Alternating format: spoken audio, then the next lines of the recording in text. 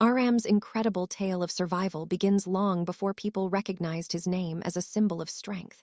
He was an ordinary fisherman with simple dreams, a quiet man who loved the smell of the ocean at dawn and the feeling of warm sunlight on his back as he cast his nets.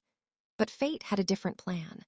On one unforgettable morning, he set out alone, expecting a normal day on calm waters. Hours later, the horizon darkened, winds howled like furious spirits, and waves rose like mountains ready to crush him. His small wooden boat shook violently, ropes snapped, and the sea swallowed everything in its path. Aram fought with every ounce of strength he had, gripping the edge of the boat until a final monstrous wave hurled him into the raging waters. When he regained consciousness, he found himself washed ashore on a vast, lonely island, bruised, dehydrated, and trembling. All around him were towering trees, thick jungles, unknown birds screeching from branches, and the deafening roar of the ocean behind him.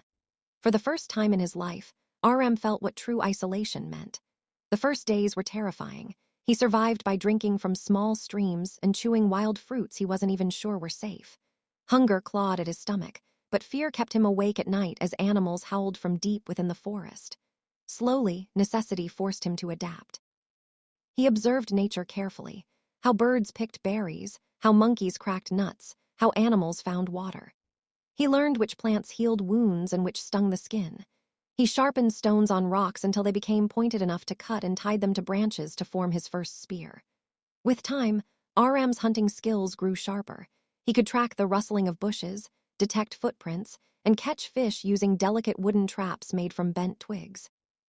As months passed, he built a small shelter from fallen branches and giant leaves, securing it with vines and covering the roof with layers of grass to protect against rain.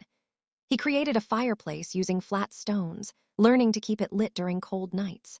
The jungle, once terrifying, slowly became his classroom. He learned the language of the island, the warning calls of birds, the distant roar of predators, the direction of winds, and the whisper of the waves. Yet loneliness often hit him like a deep shadow. Some nights he would stare at the sky and talk to the stars, imagining his family under the same sky, unaware of his struggle. But his spirit refused to break. Every sunrise reminded him that he still had a chance. After nearly a year of surviving in the wilderness, Aram made a decision that changed everything. He would escape the island no matter what. He spent weeks selecting the strongest trees, cutting them with his handmade axe and dragging the logs to the shore. His hands bled, his shoulders ached, but he kept working tirelessly. He carved the wood into long planks, shaped the sides, and built the frame of a small boat by watching how nature built its own structures, strong, flexible, and balanced. He tied the planks with thick vines that he braided for extra strength and sealed every joint with melted tree resin, heating it until it hardened like glue.